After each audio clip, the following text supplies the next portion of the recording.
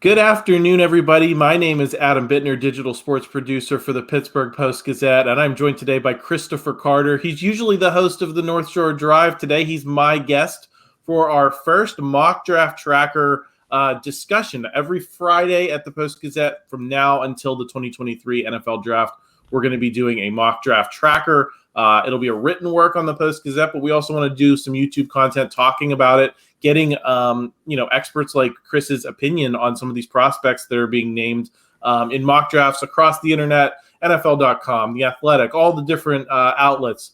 They do tons of mock drafts all the time. We like to see, what the experts are saying and kind of analyze that ourselves. So I'm going to include the link to that down in the description of this video for you to check out. But before we get too far into it, Chris, how are you? I'm doing all right, Adam. How you doing? I'm doing well. It's we've got a week till the Super Bowl. I got to put my I'm having our Super Bowl party here. I got to put my prop bet sheet together at some point in the next week. I'm getting excited, but also looking ahead to the draft too. I hear that. I'm also the draft is an exciting time. We get the Senior Bowl this weekend, and then we'll get to see how things play out with the combine and everything else that's going on and pro day watches. So this is an exciting time, and that's when we start to see like all the mock drafts we see right now. They're all preliminary. They're just things that we think about certain guys. But once we start to see like the numbers start to go up from these tests that they do, that's when I think the mock drafts will start to lock in, because then we'll also start to get a sense of who's talking to who with the interviews, the pro day visits, and which teams might be favoring different positions.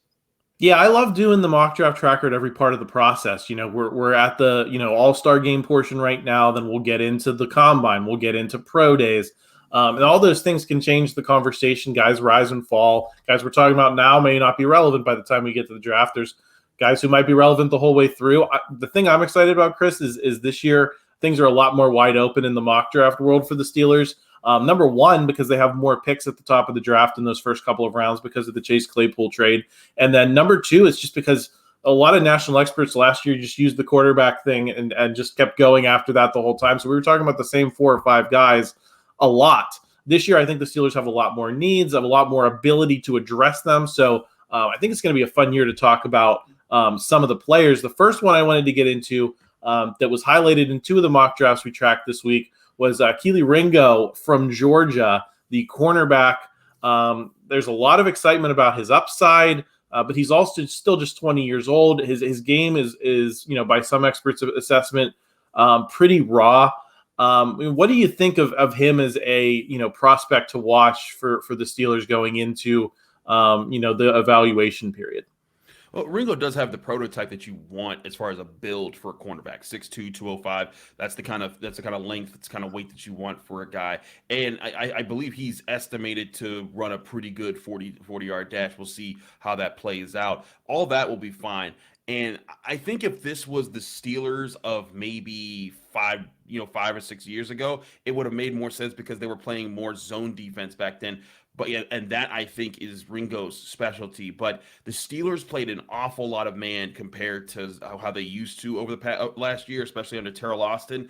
And I think with Terrell Austin, he wants guys that are good at attacking the football, good at playing the football. And Ringo, he can get better there. I'm not saying he can't, but that's not his specialty. And I think that if the Steelers are going after a cornerback, especially with the 17th overall pick, you'd be hoping that it's a guy like Christian Gonzalez, who I don't think falls that far. But, Joey Porter Jr. is a guy, he doesn't have a lot of interceptions, but I think he's better in man coverage and working press the way they are. But another guy, Devin Witherspoon, I think would be fantastic as a fit for the Steelers. Ringo, I think, at the start of the year, he was a guy that everyone was kind of looking at and circling, like, okay, he could be, a top 10 pick at the cornerback position if he has the kind of a great year. And he didn't have that kind of a great year. But I think he's still in that second tier of cornerbacks with Cam Smith and like those type of guys. But the Steelers might want to wait on drafting him at 17th overall. I think that they could probably either get a better cornerback there or a very talented player at a different position.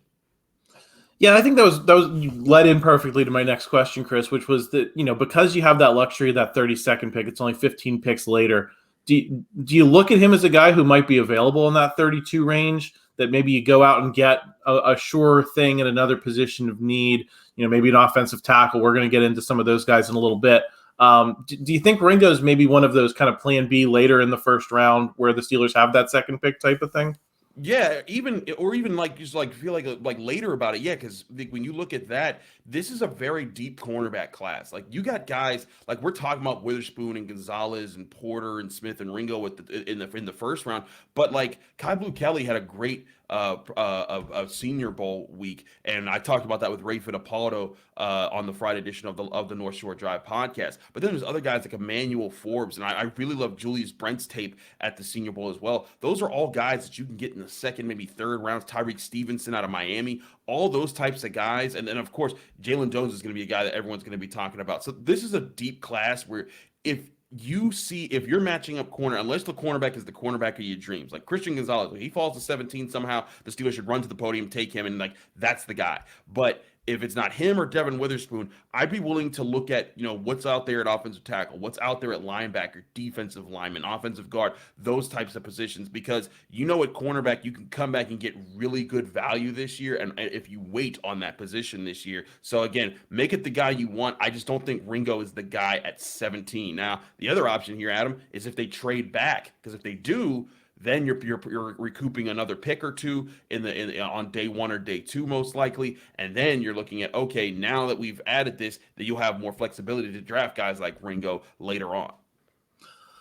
Chris, I also wanted to ask you how, the Steelers' history of developing corners, we think of Artie Burns, Senquez Golson, which wasn't really their fault because he went through all those injuries, but he's on that list. Justin Lane is another guy that got a fairly high draft pick. I believe he was a third rounder. This team, let's be frank, has had trouble developing corners. Is there a position group that is possibly more dependent upon what happens in free agency and what's available and what the Steelers can make happen in terms of bringing people from outside the organization than cornerback? Because I've always been of the opinion that, if they can find a free agent corner, that's probably the best way for them to spend their money because they don't have that track record that they do at some other positions.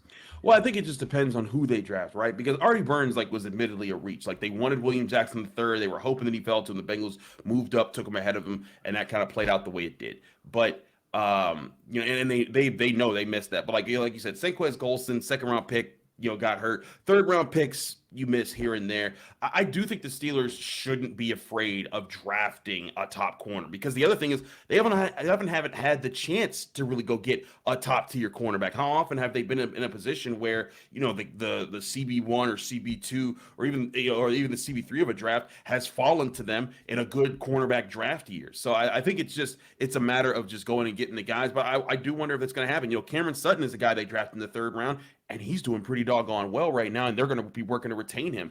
I actually think it'd be really great right now to get an early cornerback to pair with Cam Sutton, because then you could say, hey, you know what? Learn from that guy. One, keep Cam Sutton in free agency. I think that's one of their top priorities this year. But learn from this guy who's become a leader and is versatile, who can play every single position in the cornerback room, and then you can have a really strong secondary with him grooming your next probably star cornerback. But to your question, another position I think that could be interesting is off-ball linebacker. Right now they have Miles Jack on the roster. Devin Bush is set to head into free agency. Robert Spillane and Mark Robinson, the other options.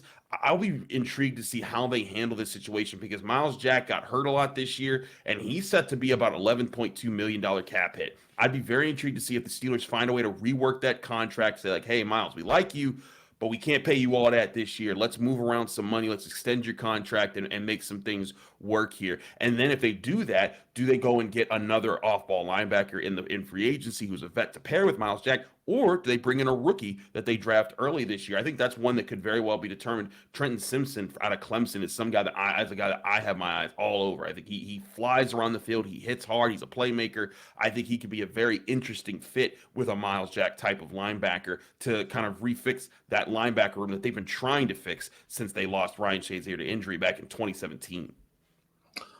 Chris, another name that came up a couple of times this week in the mock drafts. We're trying to do the multi-round mock drafts wherever we can, because I think that gives you a better sense of what the Steelers might be trying to do, what experts think they might be trying to do at the top of the draft. I like talking about three names a lot more than I like talking about one name. Sure. And both Nick Baumgartner of The Athletic and Matthew Jones of Fantasy Pros had the Steelers picking Josh Downs of North Carolina. He's a wide receiver, 5'11", 175. Seems like it'd be hard for him to play on the outside. Pretty much, he'd have to be a slot guy. What do you think of that suggestion, given that the Steelers already have Calvin Austin the third, and there seems to be some role duplication there? Where do they have them taking Downs? One had him getting the 32nd pick, and then another one was the Steelers' actual second round pick. So they both, he got picked in both of those slots, not with the first pick, but with the second and third picks in their respective draft. I could see the second round, the actual second round pick that's at 49 or whatever. I could see maybe there. But Josh Downs, this is also a year where I like the wide receiver class as well. Josh Downs is explosive. He's fast. He's a heck of a playmaker when the ball's in his hands. But he does have some drop issues on his record. He is a guy who I think needs to get sharper there. And the other point that you brought up, he's just pretty much just a slot guy. Like, he's going to be a guy that you're going to have to line up in a specific position and hope that he works there. And I think he's more of a run after the catch type of guy. I think I'd be okay with the Steelers waiting if Josh Downs is there. One guy that poked up in the Senior Bowl that I really liked his tape was Jaden Reed, and he's 6 foot 185 out of Michigan State. He has a really good ability to separate from his cover man. He can pull off run after the catch. He's a bit slower than Downs, but he's good at getting open. He can line up in several different positions, and I think that would be, and the way that I saw him kind of getting away from and getting into his releases and his breaks, I really like the things that I've seen of him, and you could wait on him until the third round, fourth round, maybe, based off of how the wide receivers fly off the board. So, I look at a guy like that, and I think, like, man, like, if Josh Downs is sitting there, I'm not so sure Josh Downs is the move in the second round, when you could probably get guys like Trenton Simpson if he's still sitting there at 32. You could address offensive tackle. I also feel like the Steelers, they've addressed their skill positions. Like, Kenny Pickett's their quarterback for the foreseeable future. Najee Harris, Pat Freiermuth, George Pickens, Deontay Johnson, Calvin Austin's coming back, and do add to the wide receiver room at some point, but wait to the later rounds. Use these earlier picks to boost your offensive line, your defensive line, linebacker, and cornerback. Stick to those four groups unless someone ridiculous falls. Like, if Jordan Addison is sitting there at 49, well, okay, yeah, we'll just take him, because that's ridiculous value. But if you're sitting there and you're weighing your options, I do think that those positions are the areas the Steelers need to get better at. What's your level of faith in Calvin Austin III compared to a guy like Josh Downs? Because one of the stats that was brought up that I found interesting in I forget which of the two writers I mentioned this, that Josh Downs had a 72% combat catch rate, and that might make him play bigger than maybe he looks. What's your level of faith that Calvin Austin III can make those kind of plays? Because I think we all know that the speed is there, right? That was the big selling point when he was drafted a year ago. But is it possible that a guy like Josh Downs is flat better, and maybe fits that role better than a guy like Calvin Austin III does? Sure, it's possible he could be better. I'm not saying that Downs stinks. I just think that the value that you can get with a second round pick at offensive tackle or those other positions, like, if Siaka Ika is sitting there in the second round, I don't think they should pass over him for Josh Downs, is what I'm saying. And like, sure, that value of Downs over Austin maybe good, but I think the Steelers, you got the playmakers that you want on offense, and add one later. I'm just saying, I think that Calvin Austin, he wasn't as known as much for being a combat catch guy in college, but I saw that man go up with DeMonte KZ and take a huge hit in practices during training camp and hold on to the football. I think if he can be healthy, I think that he's kind of the guy that you put in the slot and you work with this offense. And again, still draft a wide receiver later. The Steelers, I think they've done a really good job at finding guys in the fourth and fifth rounds. You were talking about their cornerback success. The few teams, if any teams, have better success drafting wide receivers wherever they want and then making something of them in the NFL. So I just think that Josh Downs, the Steelers would make him work. Like, he would be fine as a Steelers wide receiver. But in the second round, I think that they could use those picks to address other more important positions to how they want to build their roster right now. Yeah, I ultimately agree with you, Chris. I just like to talk it through. When you see a guy's name pop up multiple times, there's usually a reason for it, and whether it's a good reason or not, that's what we're here to talk about. So I love hearing your perspective, and I agree with that. I think that there's just more value to be found at other positions right now. I think the Steelers have a lot of needs, and that you want to be using that capital effectively. And a marginal upgrade on Calvin Austin III, to me, doesn't seem like the most necessary use of capital in this particular draft. Other years, maybe you are looking at that position as something you can upgrade. A, and B, upgrading your depth too, because I think that's kind of the angle that I can talk myself into a little bit is, well, if you can move Calvin Austin the third into that fourth, fifth role, then that means you're getting to have a pretty deep group. And I think a big concern was that, this past year, it wasn't such a deep group, right? But I think there's a lot of different ways you can address that. And it doesn't have to just be through, a guy like Josh Downs from North Carolina. But, it was fun talking through that. Another thing that we saw this week was a lot of offensive tackle picks. We're gonna see that a lot, I think, because that's a big area of need for the Steelers. I wrote about that in my final Pro Football Focus grades post of the year. There were 3 names that we saw picked. There was Dawand Jones from Ohio State. He's the big guy. I think like 6'8", 350, like something like that. Tennessee's Darnell Wright, and Oklahoma's Anton Harrison. Both of those guys, I think, are pretty good pass blockers, which is something you want if you're trying to protect Kenny Pickett and help his development. Of those 3 guys, who do you find the most interesting on the Steelers' radar? Maybe not at the 17th pick, because I think that I've seen some variation in the evaluation of where these guys could all go. But at any point in those top 2 rounds with those first 3 picks that the Steelers have.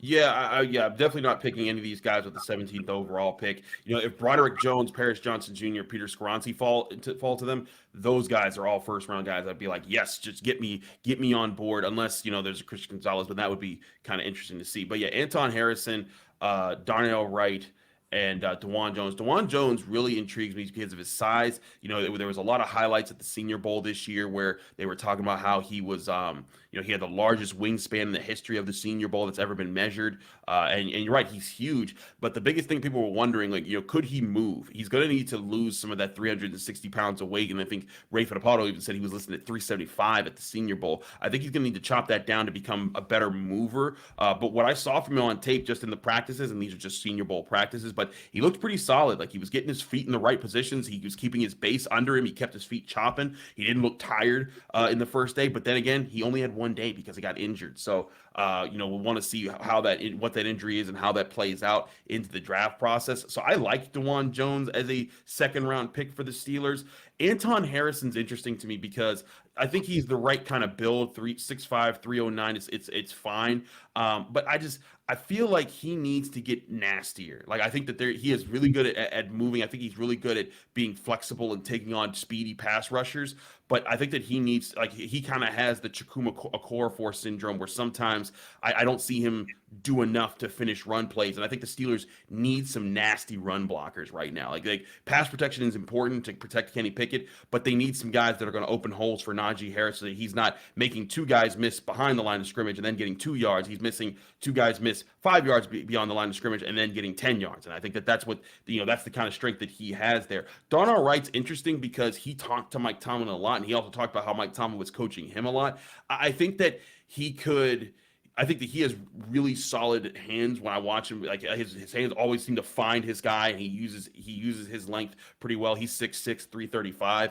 But with using that, I think he does a really good job of when a guy's coming around the edge, he engages with them, keeps his center free, keeps his chest plate free, so that very few defenders can get up inside of him. He also seems to recover well on some of the plays that I've watched, even when he's initially beat there. So I think that he's another guy that could be there. But again, second round pick.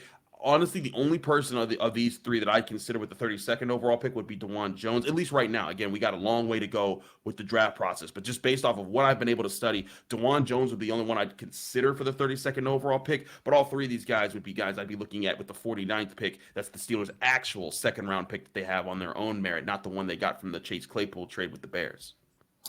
Folks, that's the insight you can only get here because the mocks that brought up Wright and Harrison, they both had the Steelers picking those guys at 17. So, you're getting Chris's perspective. I really like that, Chris, because I just because people are saying these players should go to the Steelers doesn't mean that we have to agree with them. So I really appreciate your perspective on that. We've talked a lot about the Senior Bowl to this point, Chris. You talked to Ray Fittipaldo on Friday's edition of the North Shore Drive. If you haven't checked that out, folks, please check out that video. A lot of great draft discussion there as well. But Chris, were there any other names that either Ray mentioned or that you've observed that you think we might see popping up in mocks next week as kind of a response to the Senior Bowl? It's tough because this year's class is full of a lot of juniors and sophomores. Like if you go and look at a lot of big boards, you go down to 17, there might be only one senior in the first 17 like slotted players on a lot of people's big boards and prospect rankings and such. So I'm not so sure there's going to be too many that pop up into the first round and be like, hey, that guy's the 17th overall pick. I do think that a lot of these guys are going to help them help themselves be more solidified second round picks. And that's what Ray and I were kind of talking about all week was this Senior Bowl week was going to be to see who's going to be the Steelers' second overall pick. But I mean, like you look even like just at the cornerbacks right now, the top cornerbacks out there. We talked about Kelee Ringo, he's a sophomore. Christian Gonzalez, sophomore. Joey Porter Jr., Cam Smith Jr., Devin Witherspoon Jr. All those guys. The highest graded senior right now is Kyle Blue Kelly, who's at the Senior Bowl right now, and he's a guy that I could see being drafted in the second round if they pass on the cornerback position at 17th overall. So I don't think that anyone that we're seeing in the Senior Bowl right now becomes a Steelers first round pick unless I am surprised. And listen, again, this is early in the draft process. I'm still covering Pitt hoops half the time, so I'm bouncing around between my responsibilities and such. But I do think that there will be some looking at these guys, but I think you're primarily these guys are day 2 picks between the second and third rounds, maybe even some fourth round picks based off how far some guys fall. Well, were there any names that you think might be on those radars? Because we do start seeing the 7 deep mock drafts at some point soon. Were there any names that you just stuck out to you that you think might be intriguing in those spots? Sure. Blake Freeland, a BYU offensive tackle, I think could be a guy that'd be a third round guy. A guy that I personally love just watching how he worked was Julius Brents. I mean, he's a cornerback, 6'4" out of Kansas State. That guy was just mirroring so many wide receivers. He was just, his feet looked so sharp. His hands were on point. When he was living in press, he was living in press, and he was adjusting to several different routes. He was a guy I'm like, man, at 6'4", that reminded me so much of the build of Ike Taylor. And if you can get him in the third round, which is where I think that he presents right now, Julius Brents of Kansas State, that would be a heck of a cornerback pickup. And I think that he could be a guy that you could plug and play and maybe not be your number one corner, but again, a guy that could learn from Cam Sutton, learn some versatility, then eventually grow into your number one corner who becomes an eraser on the field. Because again, Terrell Austin, I think a lot of this year, the Steelers led the NFL in interceptions.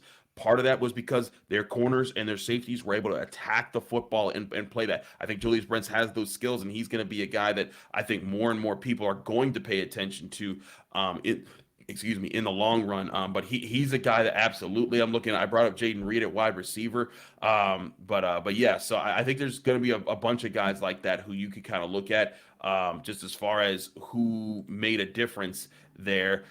Jarrett Patterson is another guy who I'd be interested in. He's a center, and he looked really solid during Senior Bowl week. And I think as a center or a guard, he could be an interesting one. Keanu Benton, another guy, defensive lineman out of Wisconsin. I loved his tape. I thought he looked really big. He's 6'3". He's the kind of build that I think that the Steelers need on the interior to kind of reinforce that group, because you got Cam Hayward, but you don't know if you can keep Larry Ogunjobi in free agency. Lots of things there. I just think that there's a lot of different options that they're going to have.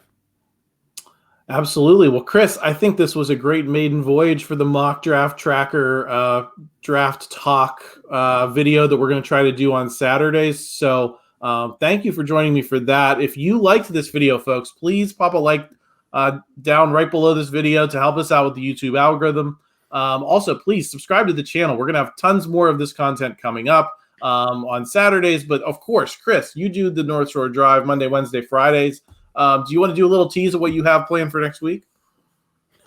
Sure. We're going to be getting you ready for Super Bowl week, so we'll be talking about that and all things Pittsburgh Steelers, probably leading in. Also, the Penguins coming back out of the All-Star break. What do they have in store? Lots to talk about in the North Shore Drive podcast next week, so stay tuned here at the Pittsburgh Post-Gazette.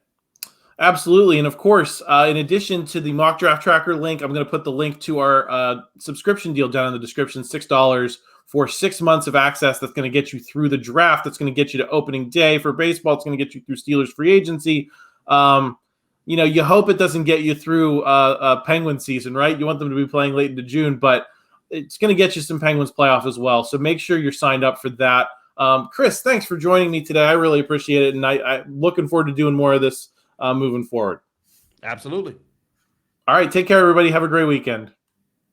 Thank you for checking out this content from Post-Gazette Sports. If you liked the video, please like it and subscribe to our YouTube channel. If you enjoyed it on Apple Podcasts, please rate us 5 stars on Apple Podcasts. For 6 months of digital access to post-gazette.com for just $6, click the link down in the description.